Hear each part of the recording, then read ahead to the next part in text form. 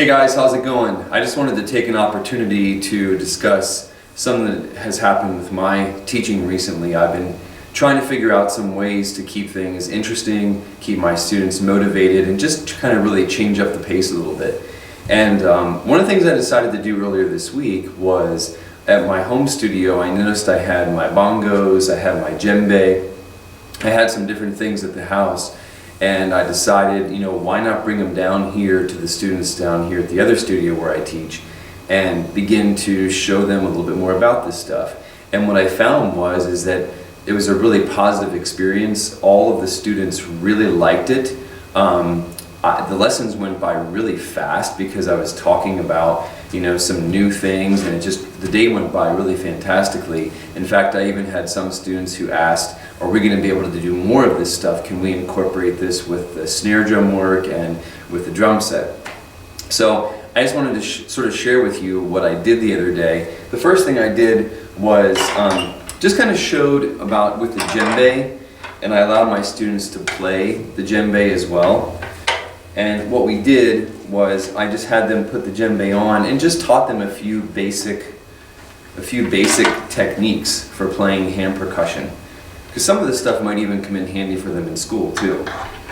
So with the djembe, I just showed them how a couple different techniques that they could use. The first thing being that when they want to get that big deep bass tone, about just saying hold out your hand like you're shaking somebody's hand.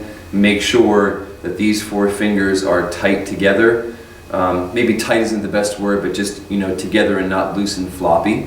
But have your hand out like this, and then when striking the djembe, about just playing it with the middle of the palm right here and getting the whole hand to make contact, but then releasing upon impact. So we did that. I also showed them how they can use up in here about getting that slap and pop, the same that they would on the bongos.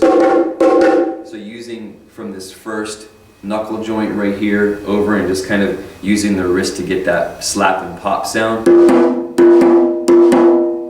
And then another one would be with the fingers. So what we did was it gave me an opportunity to sort of say, remember how we worked on the single stroke 4? Well, what we could do with the hand percussion is we could take 3 fingers, the ring finger, middle finger, and index finger, and we could do 1, 2, 3, and then a pop. So we do 1, 2, 3, pop, 1, 2, 3, pop. And if you put that together in sort of a single stroke 4 kind of a way, so they get the rudiment on the drum set, the hand percussion.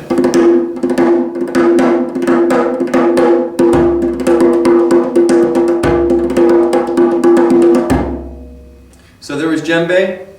One other thing that I did for them too was showed them how you can use some other percussion mixed in even when you're playing the regular hand percussion or the drum set. So I took out a shaker. This is something I do a lot when I'm doing like acoustic bass gigs and such. So I might be playing the djembe with one hand and have the shaker in the other hand, so you get a vibe like this, like a...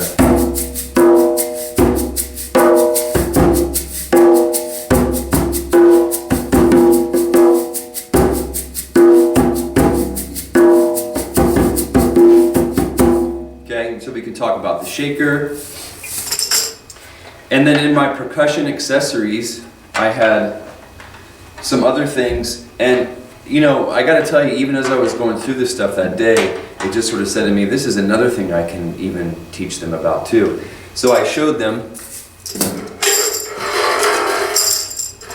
In here I have my cowbell, my tambourine, and my jam block.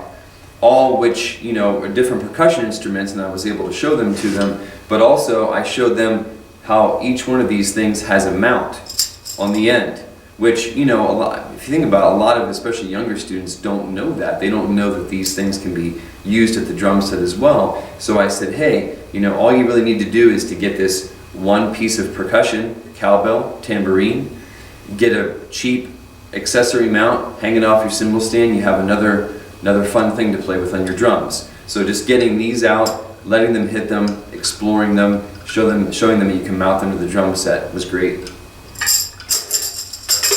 Last but not least, we took some of these hand percussion techniques over to the bongos, and the one that seemed to be the favorite of the students that day was what I call the DJ scratch, or as I sometimes like to say, it's like the cat in the litter box. Just making surface contact with the bongo, with your hand. And so what we did was I had them take a single paradiddle, again, another opportunity to use a rudiment, taking a single paradiddle, going back and forth between the bongos, but then on the left at the end of the paradiddle, having them do the DJ scratch. So we did this.